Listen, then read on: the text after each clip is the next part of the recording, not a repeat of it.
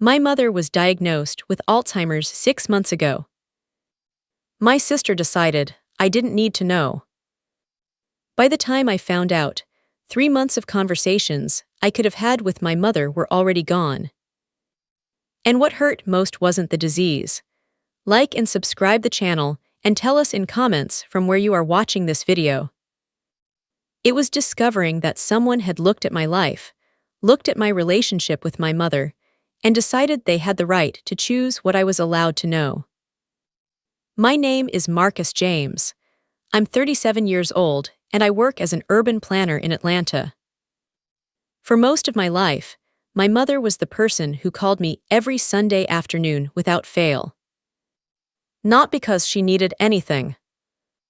Not because there was important news. She simply liked hearing my voice. Sometimes we'd spend an hour talking about nothing. Weather. Football. A restaurant she'd tried. A neighbor she'd argued with. A television show she'd become obsessed with.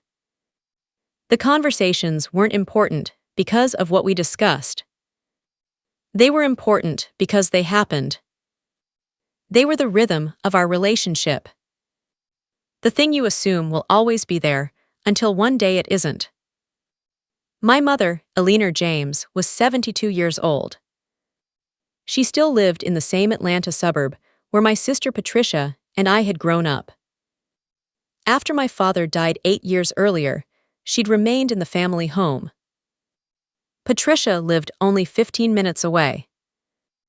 I lived 45 minutes away on the opposite side of the city. That distance mattered more than I realized.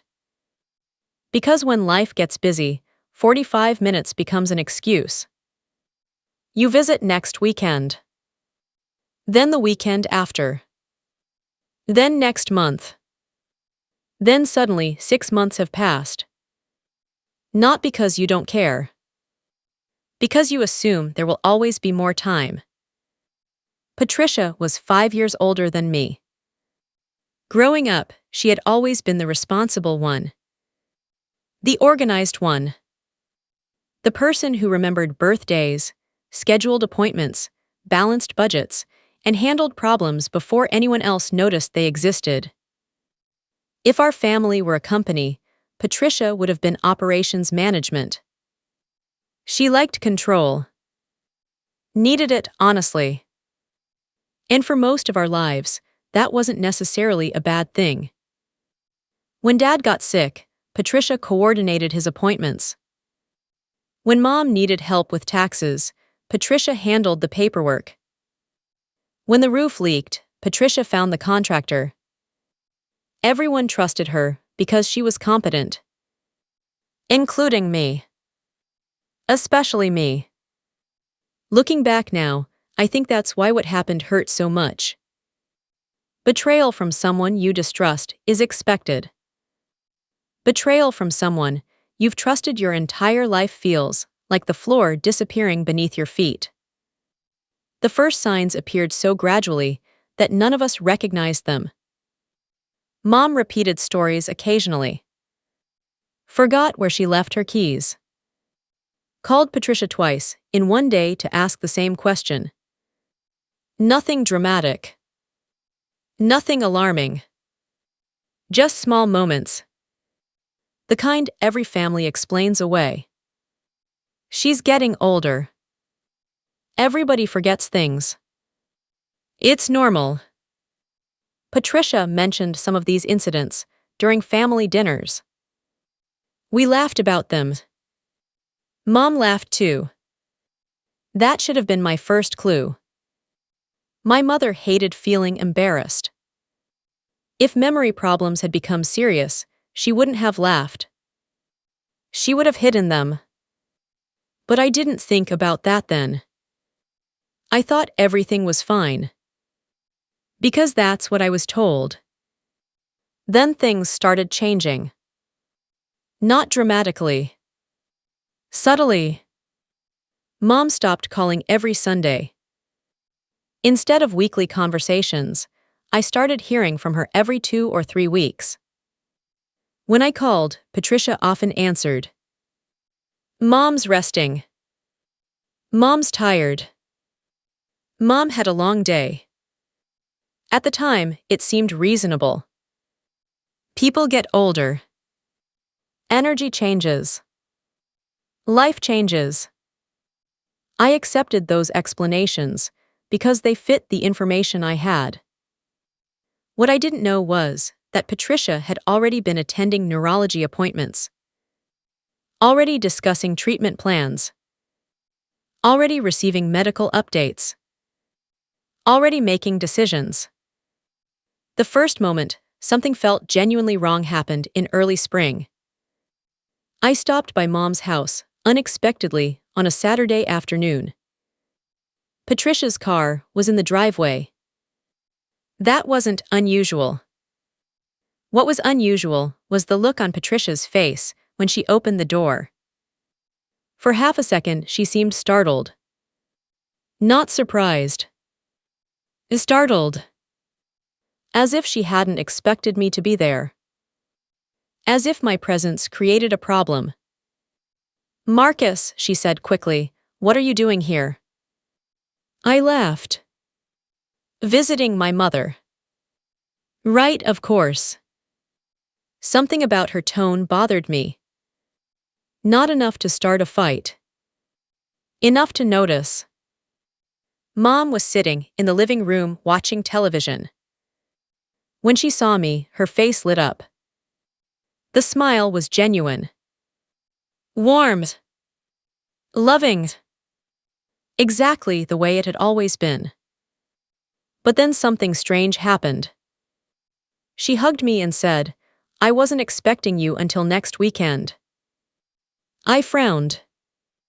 "What do you mean?" Patricia immediately stepped into the conversation. Mom got confused. The explanation came too quickly. Too smoothly. As if she'd rehearsed it. Mom looked uncertain. Then she nodded. "Yes, that's right." The moment passed. But it stayed with me. For the next hour, I noticed other little things. Mom searched for words more often. Lost track of conversations. Repeated a story she'd already told me 20 minutes earlier. Nothing severe. But enough that I drove home uneasy. That night, I called Patricia. "Is Mom okay?"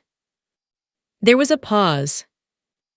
Then Patricia laughed lightly. "Of course she's okay." I noticed some memory issues.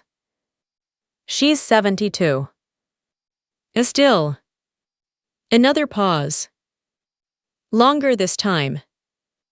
Then Patricia said something that would haunt me later. "You're worrying about nothing." I wanted to believe her. So I did. A month later, Mom forgot my birthday. For some families, that wouldn't matter. For us, it was shocking. My mother never forgot birthdays. Not once in my entire life. She remembered birthdays of relatives I barely knew. Neighbors. Former coworkers. People she'd met twice 15 years earlier. Memory was one of her gifts. When my birthday passed without a call, I felt disappointed.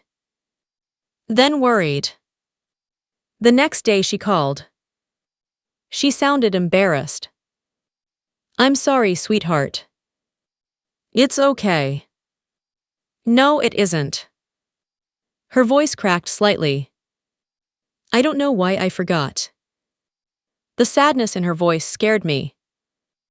Because she knew something was wrong. Maybe not exactly what. But enough. After we hung up, I called Patricia again. This time she sounded irritated. "Marcus, you're overreacting. Mom forgot my birthday." And so that's not normal. She's getting older. There was an edge in her voice. A warning. like she wanted the conversation to end. I remember standing in my kitchen, staring out the window after we hung up. Feeling unsettled. Feeling like everyone else knew something I didn't.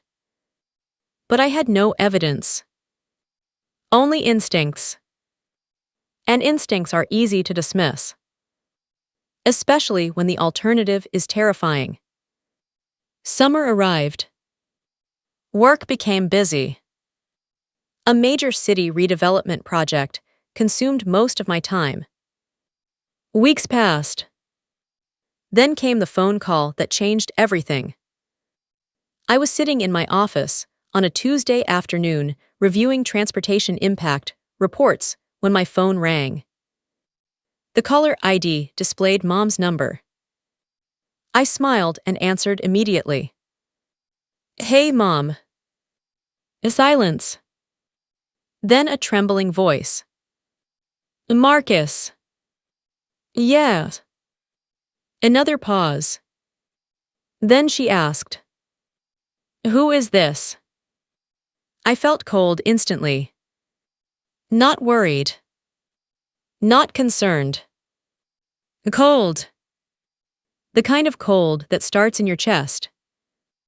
I thought maybe the connection was bad. Maybe I misheard. "It's Marcus." A silence. Then, "I'm sorry." A shaky breath. I know I should know that. My stomach dropped. I spent the next 15 minutes talking with her. Trying to keep my voice calm. Trying not to panic. Eventually Patricia came on the phone. She sounded annoyed rather than alarmed. "Mom's having an off day." An off day. The phrase hit me wrong. Not because of the words. Because of how practiced they sounded. As if she'd said them before. Many times. I left work early and drove straight to Mom's house. Patricia was already there. When I arrived, she met me outside before I reached the front door. That had never happened before. Not once. "She's fine," Patricia said immediately. I stared at her. Mom didn't recognize my voice. She was confused. What is going on?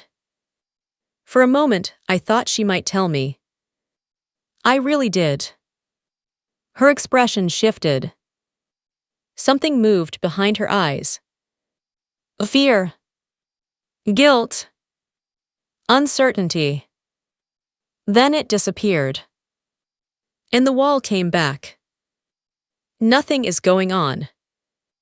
I looked past her toward the house. Toward my mother. Toward whatever truth existed behind that front door. And for the first time in my life, I realized my sister was actively preventing me from understanding something. Not protecting. Preventing. At that moment, I didn't know exactly what she was hiding. I only knew she was hiding something. And I was done accepting vague explanations. I looked directly at her. When was Mom's last doctor's appointment? Patricia froze. Only for a second. But it was enough. Then she answered carefully. Why? The question itself was an answer. Because people with nothing to hide don't respond that way. I felt my pulse quicken. When was it? Another pause. Another calculation happening behind her eyes. Then she said, "Marcus, you're making this into something it isn't." And that was the moment. The exact moment. The first crack in the story she'd been telling me for months. The first moment I realized the truth wasn't being delayed. It was being controlled. I didn't know yet that my mother had already been diagnosed. I didn't know neurologists had been involved. I didn't know medication had already started. I didn't know family meetings had already happened. I didn't know 6 months of decisions had already been made. All I knew was that my sister wasn't answering a simple question. And somewhere behind that silence was a truth she desperately didn't want me to hear. I looked at Patricia and felt something I had never felt toward her before. Distrust. Not suspicion. Not irritation. Distrust. And once that feeling entered the room, it never left. Because deep down, before I knew any facts, before I saw any records, before I heard any explanations, part of me already understood. Something precious had been taken from me. I just didn't know how much. Yet, for the next 3 days, I couldn't focus on anything. I sat through meetings at work and retained almost none of what was discussed. I reviewed project proposals 3 times because I kept reading the same paragraphs without understanding them. Every thought eventually circled back to my mother. And my sister. Mostly my sister. The problem wasn't that I knew something was wrong with Mom. The problem was that Patricia was behaving like someone guarding information. Once you notice that behavior, it's impossible to stop seeing it. Every previous conversation suddenly looked different. Every explanation felt suspicious. Every vague answer became evidence. I started replaying months of interactions in my head. Mom's missed birthday call. The unexpected confusion during visits. Patricia answering Mom's phone. Patricia insisting everything was normal. Patricia becoming defensive whenever I asked questions. The pattern was impossible to ignore now. Late Thursday evening, I called Mom directly. This time she answered after 4 rings. Hello. Hey, Mom. Oh, Marcus. She sounded relieved. That alone worried me. How are you feeling? I'm fine. The answer came quickly. Too quickly. Like someone repeating a prepared response. We talked for several minutes. Some moments felt normal. Then suddenly, she'd lose her train of thought. Forget what she'd been discussing. Ask the same question twice. It was like watching someone drift in and out of focus. Near the end of the call, I asked casually, "Have you seen any doctors recently?" There was a long silence. Then she said, "Patricia handles all that." My grip tightened on the phone. What kind of doctors? Another pause. Then, I don't remember. The answer felt honest. Not evasive. Just sad. And somehow that made it worse. After hanging up, I sat in my apartment staring at the dark television screen. Something was very wrong.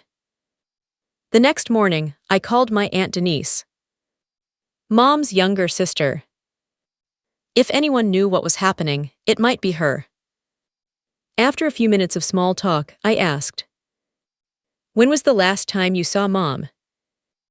"About 2 months ago." "How did she seem?"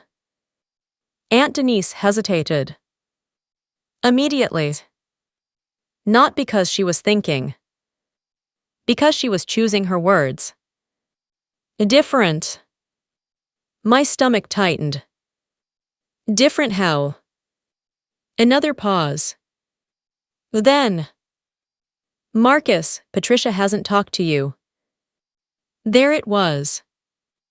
The sentence I'd been waiting for without realizing it. My pulse quickened. "What do you mean?" A silence. Then a sigh. The kind of sigh people make when they accidentally reveal something. I thought you knew. Knew what? Patricia told me she was handling family communication. The room suddenly felt smaller. What communication? Aunt Denise didn't answer immediately. And in that silence, I felt the first real fear. Not concern. Not suspicion. Fear. Because people don't hesitate before discussing good news. Finally, she spoke. I think you need to talk to your sister. No. My voice came out sharper than intended. No, talk to me. Another silence. Then she said, Patricia told us your mother was having memory evaluations. My heart started pounding. Memory evaluations. Not forgetfulness. Not normal aging. Evaluations. Professional assessments. Medical involvement. An entire category of information I'd never been told existed. When? I asked. When were these evaluations? I don't remember exactly. But several months ago. Several months. The words echoed inside my head. Several months. I thanked her and ended the call. Then I sat completely still, trying to process what I just learned. Several months ago. Doctors. Evaluations. Family communication. Things were happening. Things had been happening for a long time. And somehow I had been excluded. Not accidentally. Deliberately. That realization hurt more than the medical concerns. Families make mistakes. Information gets delayed.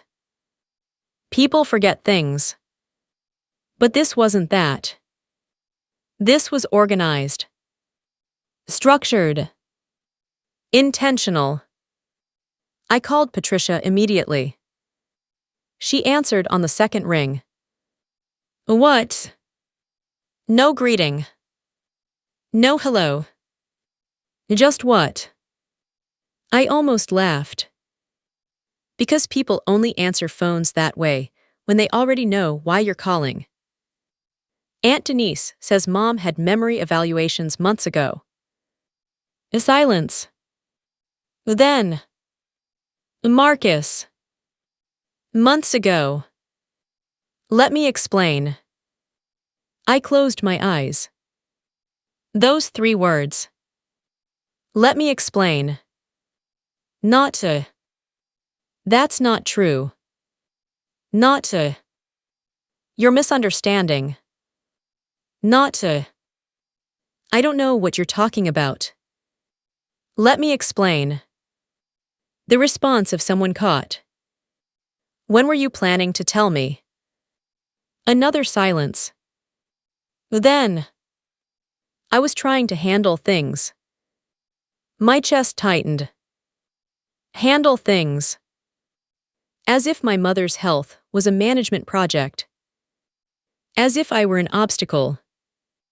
You don't get to decide that. Someone had to.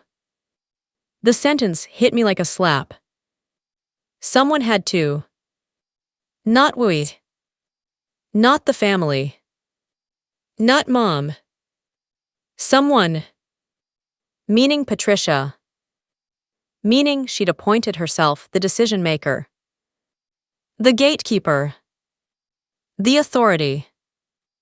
I ended the call before I said something I'd regret. That night I barely slept. The next morning, I started doing something I never imagined I'd do. I began investigating my own family. Not dramatically. Not secretly. Just methodically. The way I approached planning projects at work. Gather information. Build timelines. Find facts. Remove assumptions. I started with simple questions. Relatives.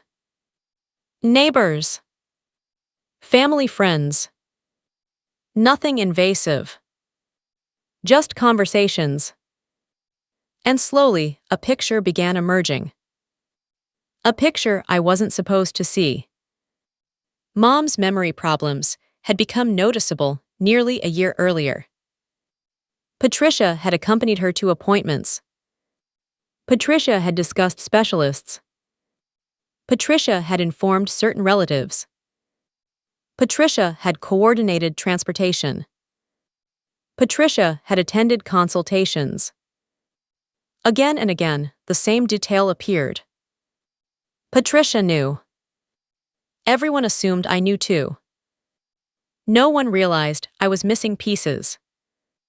Because why would they? Who hides something like this from a sibling?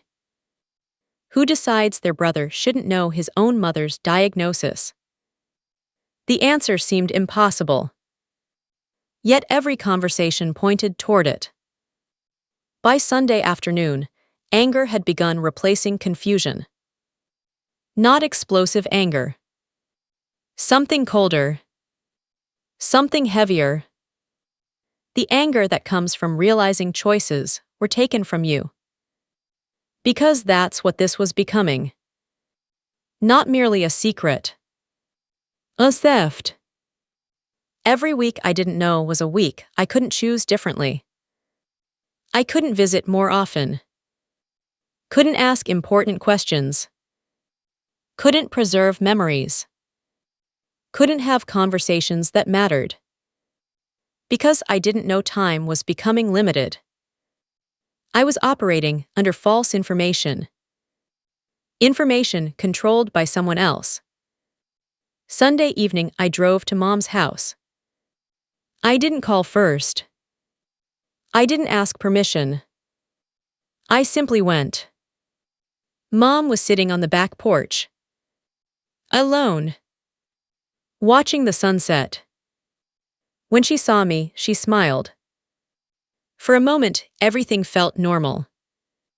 Then she asked, "Did your father come with you?" The words stopped me cold. Dad had been dead for 8 years. Mom immediately looked confused. Then embarrassed. Then frightened. Hello. She covered her mouth. I'm sorry. I sat beside her. Neither of us spoke for a moment. The sun was disappearing behind the trees. The neighborhood was quiet. And suddenly, I felt the weight of something enormous approaching. Like standing on railroad tracks and finally seeing the train. Not because the train just arrived. Because it had been coming for a long time. I reached for her hand. Mom. She looked at me. What do the doctors say? The question seemed to catch her off guard. For a second, she looked genuinely uncertain. Then tears filled her eyes. Not dramatic tears. Not sobbing. Just silent tears. And that terrified me more than anything else. Because it meant she knew. Maybe not every detail. Maybe not every prognosis. But enough. Enough to be afraid. Enough to grieve. Enough to cry. Before she could answer, the back door opened. Patricia stepped outside. Her expression changed immediately when she saw us talking. Almost like panic. Then she forced a smile. Everything okay? I looked directly at her. No. The smile disappeared. Mom lowered her eyes.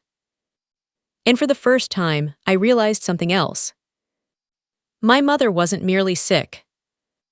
She was trapped in the middle of this. Between 2 adult children. One demanding answers. The other controlling access. And she didn't have the strength to manage either. Patricia sat down across from us. Nobody spoke. The silence stretched. Finally, I said, "What are the doctors saying?" Patricia answered before Mom could. "They're still evaluating." The lie was immediate. Instinctive. Practiced. And somehow, I knew it was a lie before I could prove it. Because she'd stopped speaking like a sister. She was speaking like a spokesperson. Like someone managing a narrative. Mom suddenly whispered, "I have trouble remembering things." The simplicity of the statement broke my heart. No medical terminology. No diagnosis. Just the truth. "I have trouble remembering things." Patricia interrupted quickly. "Mom, don't worry about that." But Mom continued, "I forget names." Her voice shook. "I forget dates." I squeezed her hand. "It's okay." Then she said something I'll never forget. Something that would stay with me long after every other detail faded. "I know something is happening." Not I think. Not maybe. I know. Something is happening. The fear in her voice was unbearable. Because she wasn't describing memory loss. She was describing awareness. The awareness of losing pieces of yourself. And realizing it. I looked at Patricia. She refused to meet my eyes. That was the moment I made a decision. I was done asking her for information. Done accepting explanations. Done hoping she'd tell me the truth voluntarily. Whatever was happening with Mom existed in medical records. Appointment notes. Diagnosis reports. Professional documentation. Facts. And facts couldn't be manipulated the way conversations could. The next morning, I called Mom's primary care office. I explained who I was. Their response was polite but firm. They couldn't release information without authorization. Which made sense. But it also gave me an idea. That evening, I visited Mom again. Alone. Patricia wasn't there. I brought dinner. We ate slowly. Talked about old family vacations. Stories from childhood. Memories. The kind of memories that still remained clear. Then I carefully explained something. I told her I wanted to understand her medical situation better. I told her I wanted to help. I told her I needed permission to speak with her doctors.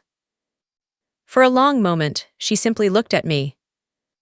Then she nodded. "You're my son." The answer nearly broke me. Not because of what it meant legally. Because of what it meant emotionally. You're my son. Simple. Certain. Undeniable. She still knew that. At least for now. The next day, we completed authorization forms together. Nothing dramatic. Just paperwork. Signatures. Witnesses. Administrative details. But when I walked out of that office, I felt something changing. For the first time, I wasn't relying on Patricia's version of events. I was going directly to the source. And deep down, I suspected the truth would be worse than I imagined. I just didn't know how much worse. 3 days later, my phone rang. The caller ID displayed a name I'd never seen before. Dr. Helen Park. Neurology. I answered immediately. And within the first 60 seconds of that conversation, I realized my life was about to divide into two parts. The period before I knew what my sister had done, and everything that came after. When I answered Dr. Helen Park's call, I expected information. What I didn't expect was confirmation. For days, I'd been living inside uncertainty. Questions, suspicions, fragments. I knew something was wrong. I knew Patricia was hiding details. But I still didn't know exactly what those details were. Part of me hoped I was overreacting. Part of me hoped there was some reasonable explanation. Some misunderstanding. Some missing context that would suddenly make everything make sense. That hope lasted less than 2 minutes. "Mr. James," Dr. Park asked. "Yes." "This is Dr. Helen Park from North Atlanta Neurology. Thank you for calling. Your mother signed authorization forms allowing me to discuss her care with you." I sat down immediately. Something in her tone told me this wasn't going to be easy. "I understand you have questions." "I do." A pause. Then I asked the question directly. "Has my mother been diagnosed with Alzheimer's disease?" A silence. Not because she was avoiding the answer. Because she was choosing her words carefully. Then. Yes. One word. That's all it took. The room seemed to lose sound. Not entirely. Just enough that everything felt distant. The hum of the air conditioner. Traffic outside. The ticking clock on my wall. Everything moved farther away. My mother had Alzheimer's. Not might have. Not was being evaluated for. Not could potentially develop. Had. Confirmed. Diagnosed. Real. I closed my eyes. For a moment, I couldn't speak. Finally, I managed. When's? Another pause. Then Dr. Park answered. Your mother received her diagnosis approximately 6 months ago. 6 months. The number hit me harder than the diagnosis itself.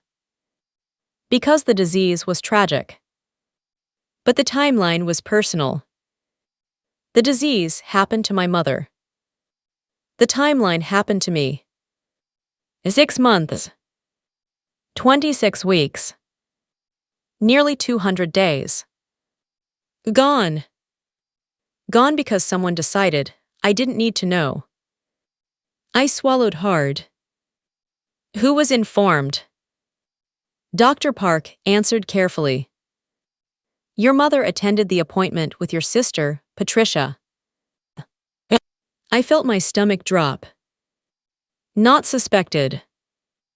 Not assumed. Confirmed. Patricia had been there. She hadn't heard secondhand. She hadn't learned later. She had sat in the room. She had heard the diagnosis directly. She had known from the very beginning. I asked the next question almost automatically. Did my mother ask that the information be withheld from me? The answer came immediately. No.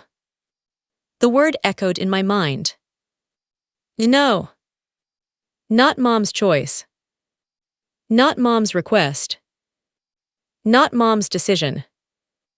Patricia's. Entirely Patricia's. I stared at the wall, trying to process what that meant. Trying to process what it didn't mean.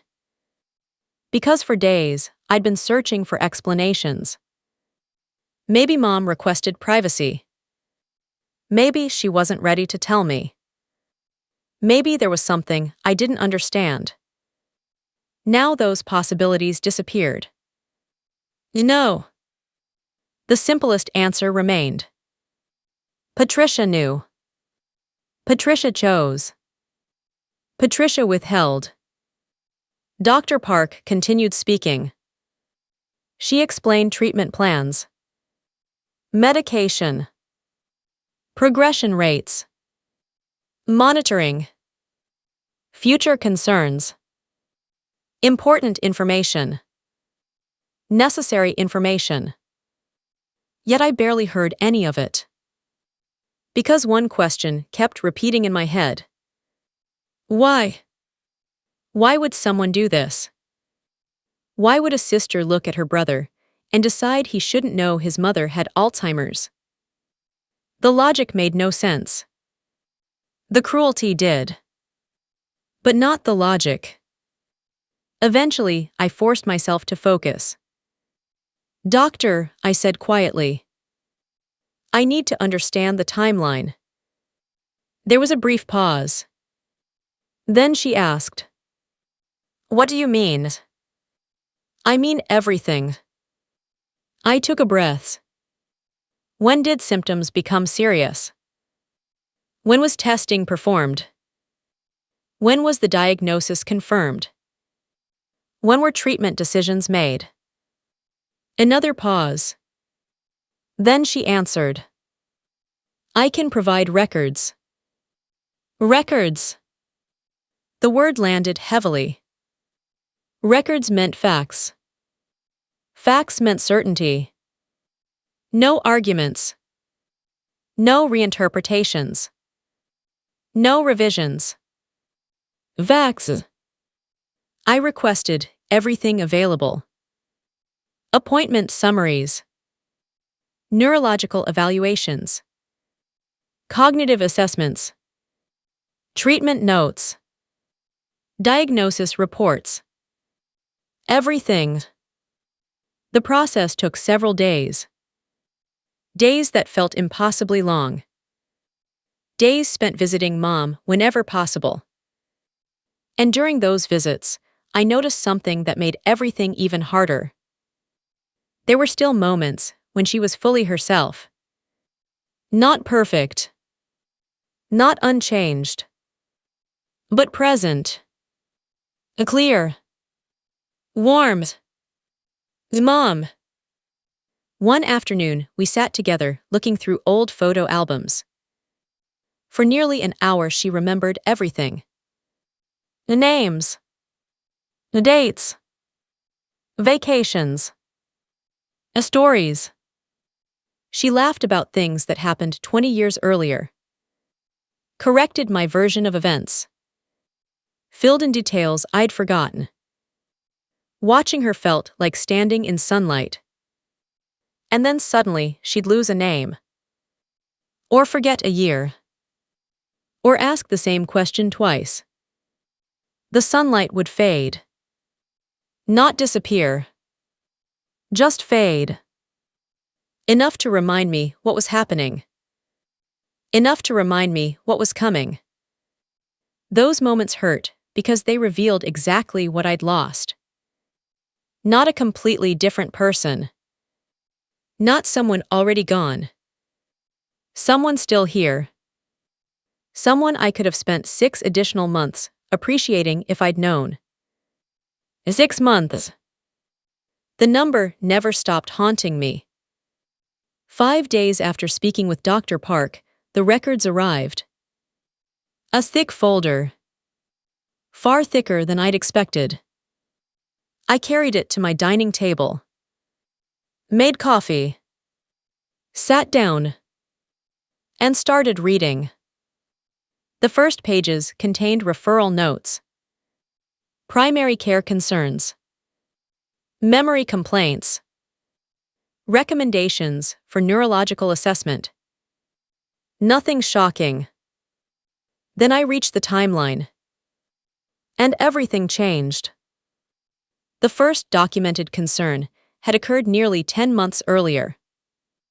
10 months. The first specialist referral followed shortly after. Then testing. then additional evaluations, then imaging, then consultations. A process. A long process. A documented process. And Patricia's name appeared everywhere. Appointment attendance. Family discussions. Care planning. Emergency contacts. Medication coordination. Patricia. Patricia. Patricia. Page after page. Month after month. She wasn't learning information gradually. She wasn't discovering things alongside me. She was participating in every step. Every single step. Then I found the diagnosis report. The official diagnosis date sat at the top. Black ink. Simple. Permanent. I stared at it for several seconds. This was the date.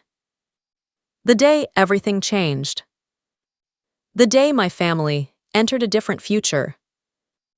The day my mother's life became divided into before and after. And I hadn't known it existed. Below the diagnosis summary, another section caught my attention. Family discussion. I read every line carefully. Then I read it again. Then a third time. Because I couldn't believe what I was seeing. The neurologist had recommended family involvement. Not limited involvement. Not selective involvement. Family involvement. Discussion. Planning. Communication. The opposite of what happened. I kept reading. Appointment after appointment. Medication adjustments. Care recommendations. Support planning. Legal considerations. Future preparations. Conversations that should have included me. Decisions that affected me. Moments that belonged to the family. Yet somehow only Patricia occupied those pages. The more I read, the less angry I became. And the sadder I became. Because anger requires energy. Eventually grief takes over. Grief for what happened. Grief for what didn't happen.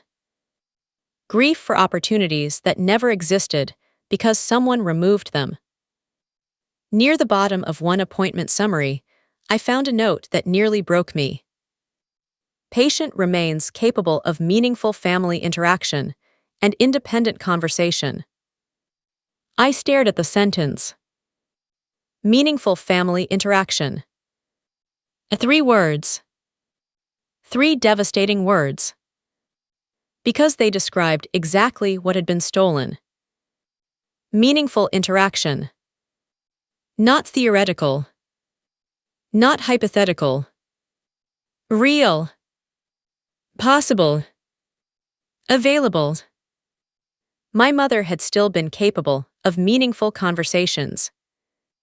And I hadn't known. I pushed away from the table. Walked into the kitchen. Stood there for several minutes. Trying not to cry. Trying and failing.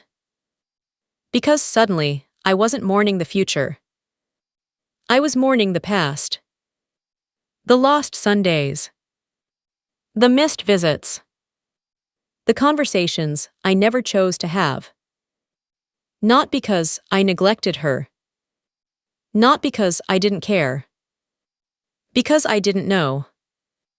Someone removed the information necessary to make those choices. That distinction mattered. A lot. The next day, I scheduled another appointment with Dr. Park. This time in person. I needed clarification. But more than that, I needed certainty. I needed to hear the timeline from someone who had witnessed it firsthand. Dr. Park's office was quiet. professional, comfortable, the kind of place designed to reduce anxiety. It didn't work. I sat across from her holding copies of the records. She already knew why I was there. I could tell. She'd seen families like this before. Different details. Same wounds. I placed the diagnosis report on her desk. This date is correct. She nodded. Yes. And Patricia was informed that day. She attended the appointment. I took a breath. What was my mother's condition at that point? Dr. Park folded her hands. Then she answered carefully. Early-stage Alzheimer's. The words felt heavy. Not because they were unexpected. Because of what they implied. Early stage. Not late stage. Not advanced. Early. Meaning there was time. Meaning there had been time. Meaning choices still existed. I looked down at the paperwork. How much time? Dr. Park understood immediately. Not medical time. Personal time. Conversation time. Memory time. Family time. She answered gently. Every patient is different. Then she paused. But 6 months ago, your mother was significantly more capable than she is today. The sentence landed like a physical blow. Not because it was dramatic. Because it was measured. Professional. Careful. The kind of statement a doctor makes when she knows it's true.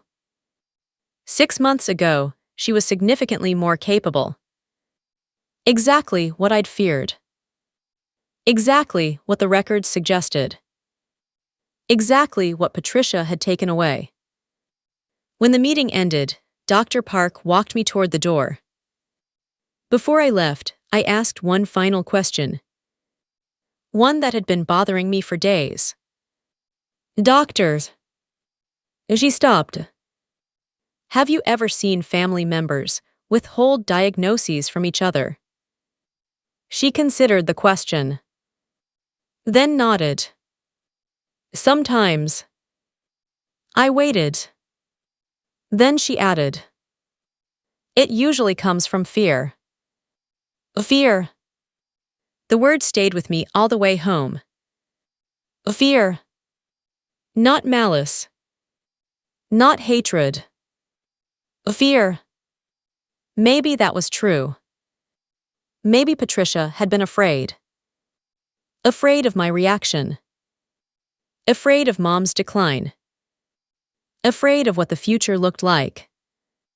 Maybe. But fear explains actions. It doesn't erase consequences. And consequences were sitting on my dining table in a folder full of dates. Dates that measured loss. Dates that measured silence. Dates that measured 6 months of stolen choices. That night, I organized everything. Every record. Every appointment.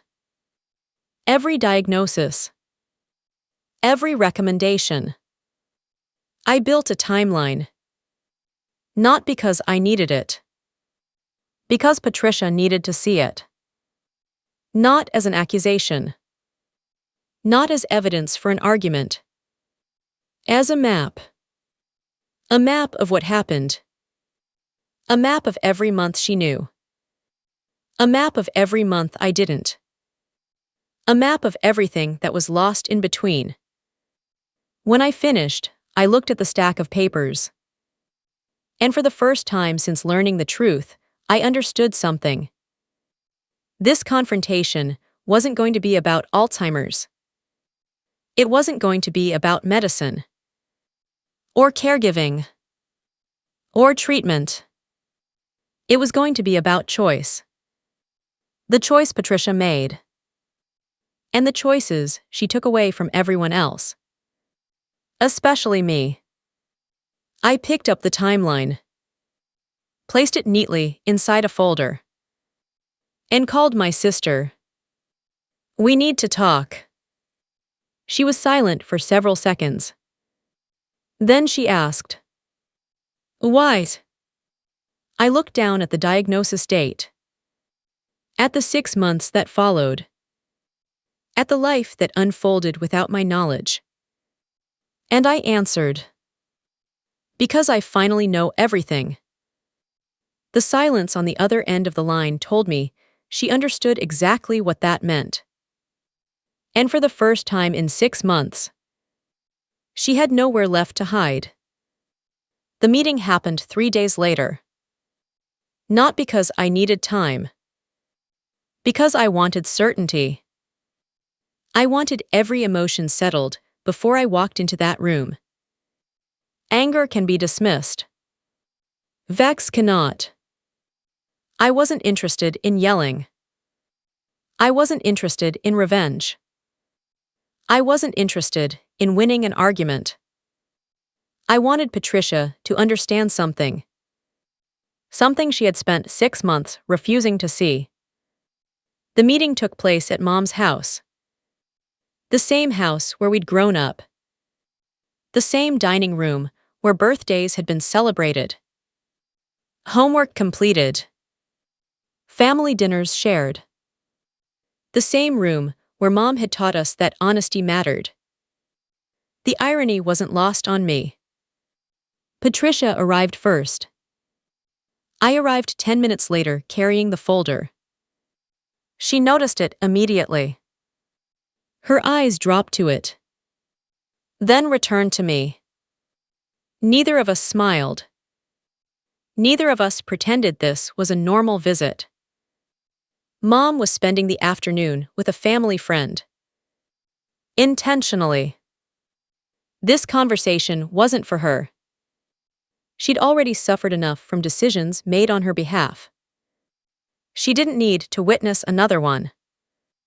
Patricia sat at the dining room table. I sat across from her. For several seconds, neither of us spoke. Finally, she broke the silence. You talked to Dr. Park. Not a question. A statement. I nodded. Yes. And you got the records. Yes.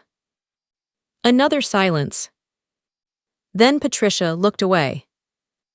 Toward the kitchen. Toward anywhere except me. For the first time in weeks, she looked tired. Not defensive. Not angry. Tired. Like someone carrying something heavy for too long. Part of me almost felt sorry for her. Almost. Then I remembered the diagnosis date. The 6 months. The conversations I'd never had. And the sympathy disappeared.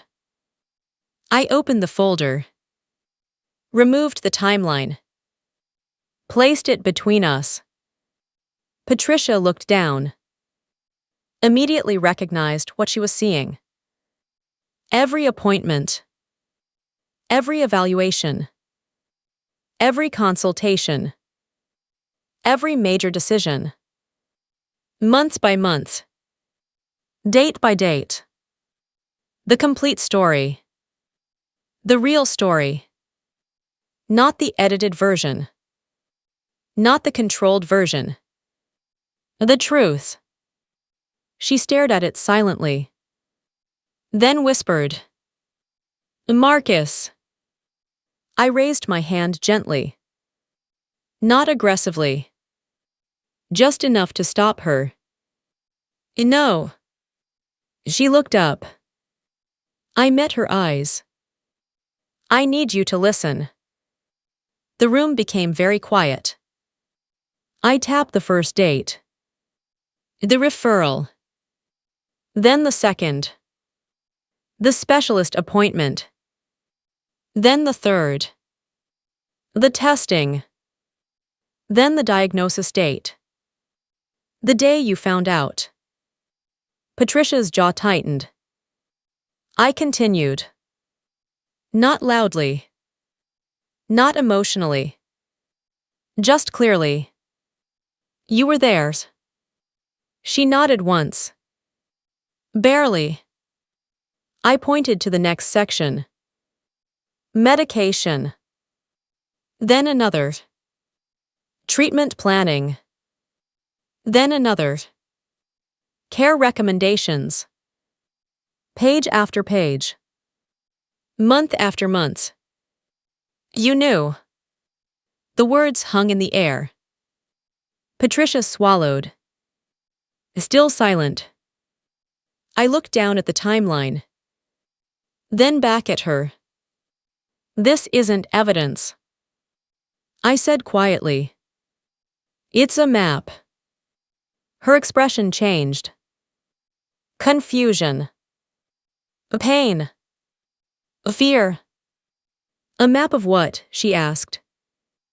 And suddenly, I felt every emotion I'd been holding back for days. Not anger. Loss. Pure loss. I touched the diagnosis date. A map of what I lost. The room went silent. Completely silent. I continued before she could respond. 6 months ago, Mom could still hold long conversations. I pointed to another date. 5 months ago, she still remembered details. Another date. 4 months ago, she was planning family events. Another's. 3 months ago, according to Dr. Park, she was still capable of meaningful family interaction. My voice cracked slightly. The first crack all afternoon. I looked directly at Patricia. You knew all of that. Tears appeared in her eyes. I kept going. Not because I wanted to hurt her. Because she needed to understand. You knew time mattered. I tapped the pages. You knew things were changing. Another page. You knew every month counted. Another's. And you decided I didn't need to know. Patricia covered her mouth. I watched tears form. Watched guilt surface. Watched 6 months of explanations begin collapsing. Finally, she whispered. I was trying to protect you. There it was. The sentence. The justification. The reason. The thing she'd probably repeated to herself 100 times. Maybe 1,000. I nodded slowly. I know. She looked surprised. Maybe she'd expected anger. Maybe she'd expected shouting. But I already understood the explanation. Understanding, it didn't make it acceptable. I know you thought you were protecting me. The tears started falling now. Quietly. I was scared. Her voice trembled. So was I. You didn't know. No. I leaned forward. Because you made sure I didn't. The words hurt both of us. I could see that. Patricia looked down at the table. For several moments, she couldn't speak. Then finally she said, Mom begged me not to tell people right away. I nodded. I asked Dr. Park about that. Her eyes lifted immediately. She said Mom never asked you to keep it from me. Patricia froze. The room felt smaller. Heavier. More honest. Because the last defense had disappeared. No misunderstanding. No confusion. No shared decision. Just Patricia. And her choice. After a long silence, she finally whispered, "No." I waited. Then she said, "She didn't." The admission hurt more than I expected. Not because it revealed something new. Because it confirmed it. There is a difference. Suspecting betrayal and hearing it acknowledged are not the same thing. The second one becomes permanent. Patricia wiped her eyes. Then began speaking faster. As if once the truth started coming out, she couldn't stop it. I was terrified. She looked at the timeline. Every appointment was worse than the one before. Another tear. I kept thinking maybe the doctors were wrong. Another's. Then I kept thinking maybe it would progress slowly. Another's. And every time I tried to imagine telling you. Her voice broke. It felt like making it real. I listened. Not interrupting. Not arguing. Just listening. Because for the first time, she wasn't defending herself. She was telling the truth. I knew you'd drop everything. She looked at me. You love Mom. The statement was obvious. Still hearing it hurt. I knew you'd start visiting every day. She wiped her face. I knew you'd rearrange your life. Another shaky breath. And I thought. She stopped. Then continued. I thought if I could handle it myself for a while, maybe I could spare you. The room became quiet again. There it was. The entire explanation. Fear. Control. Good intentions mixed with terrible decisions. A familiar human tragedy. Patricia wasn't a villain. Not really. Villains enjoy causing pain. Patricia had caused pain trying to prevent it, which somehow made everything more complicated and more heartbreaking. I looked at the timeline again, then back at her. Do you know what the problem is? She shook her head. I pointed to the pages. The problem is that you never gave me a choice. Fresh tears appeared immediately. Because she already knew. Deep down, she'd known all along. I continued softly. If you had told me 6 months ago, maybe I would have visited every day. I shrugged slightly. Maybe not. A pause. Maybe I would have rearranged my life. Another pause. Maybe I wouldn't. I looked at her. But it would have been my choice. The tears were flowing freely now. Not dramatic. Not theatrical. Just grief. Real grief.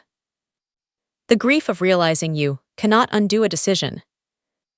No matter how badly you wish you could. I tapped the timeline one last time. Every date after the diagnosis. My voice softened. That's a choice I never got to make. Patricia closed her eyes.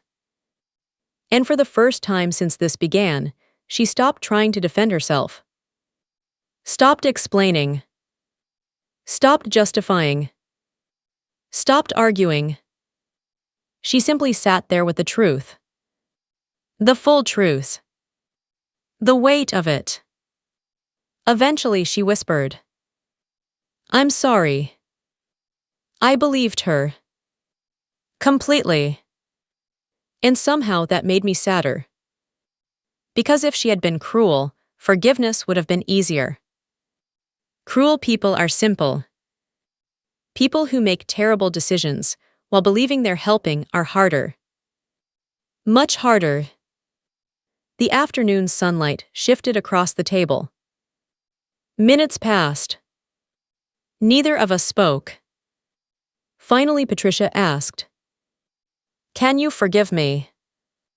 The question lingered in the air. I thought carefully before answering. Because honesty mattered. Especially now.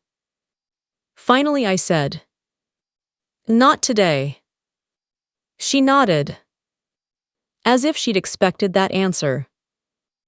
As honest as I can be. I looked at the timeline.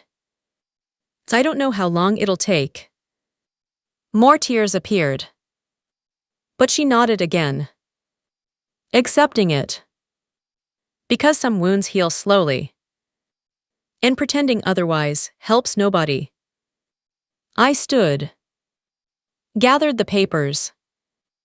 Prepared to leave. Then Patricia said something that stopped me. "Do you know what the worst part is?" I turned. She looked exhausted. Completely exhausted. The worst part is that I thought I was carrying the burden alone. Her voice cracked. But I wasn't carrying it. She looked down. I was carrying it away from you. For the first time that day, I saw her fully. Not as the person who hurt me. Not as the person who made the choice. Just my sister. Scared. Flawed. Human. And grieving too. The realization didn't erase anything. But it mattered. Because understanding isn't forgiveness. Yet it's often the first step toward it. The months that followed weren't easy. Mom's condition continued changing. Some days were better. Some days weren't. But one thing changed immediately. No more secrets. No more gatekeepers. No more decisions made in isolation. Patricia and I attended appointments together. Shared updates. Discussed plans. Disagreed sometimes. But openly. Honestly. The way families are supposed to. One Sunday afternoon, several months later, Mom and I sat together on her back porch. The same place where she'd once told me she knew something was happening. The same place where I'd first realized how much had been hidden. The sun was setting. Birds moved through the trees. For a while we simply sat together. Then she smiled suddenly. The familiar smile. The one I'd known my entire life. "You're here a lot these days." I laughed softly. "Yeah." She nodded. "I like that." 3 simple words. I like that. Nothing extraordinary. Nothing dramatic. Yet they meant everything. Because I was there. Present. Not because someone allowed me to be. Not because someone decided for me. Because I chose. The choice I'd been denied before. The choice I would never again take for granted. Mom reached over and squeezed my hand. For a moment, her eyes were perfectly clear. Perfectly focused. And she said, "You've always been a good son." I felt tears immediately. Not because the words were complicated. Because one day she might not remember saying them. One day she might not remember me hearing them. One day she might not remember at all. But I would. Forever. That is the thing people misunderstand about time. It isn't measured only by months or years. It's measured by opportunities. Conversations. Choices. Moments. And once those moments pass, no apology can bring them back. No explanation can recreate them. No good intention can replace them. That was the lesson Patricia learned. And the lesson I learned too. Protecting someone isn't deciding what pain they can handle. Protecting someone means trusting them with the truth. Even when the truth hurts. Especially when the truth hurts. Because love doesn't mean taking away someone's choices. Love means giving them the chance to make those choices themselves. 6 months of my mother's journey were hidden from me. Nothing will ever change that. Nothing will ever return those lost opportunities. But the timeline Dr. Helen Park helped me build did something important. It transformed confusion into truth, silence into understanding, and loss into something that could finally be named. A map. A map of what happened. A map of what was lost. And ultimately, a reminder that the people we love deserve the truth, even when the truth breaks our hearts. Especially then. Before you go, take a moment to think about this story. Sometimes the deepest betrayals don't come from hatred. They come from people who convince themselves they're helping while taking away someone else's right to choose. Marcus's sister believed she was protecting him from pain, but in doing so, she made a decision that wasn't hers to make. She took away months of conversations, memories, and opportunities that can never be recovered. When someone we love is facing illness, loss, or hardship, the truth may be painful. But the truth also gives us something priceless, the ability to decide how we want to spend the time we have left. If this story touched you, ask yourself, would you want to be protected from a painful truth? Or would you want the chance to make your own choices? Thank you for spending this time with us. And if you've ever experienced a family secret, a betrayal by someone you trusted, or a moment where the truth arrived too late, share your thoughts in the comments below. Your story may help someone else feel less alone. Until next time, remember, the people we love deserve our honesty, even when honesty hurts. Because time is precious, memories are fragile, and some opportunities never come twice. If you enjoyed this story, please like, subscribe, and turn on notifications for more family drama, betrayal, revenge, and emotional real-life inspired stories. Thank you for listening, and we'll see you in the next story.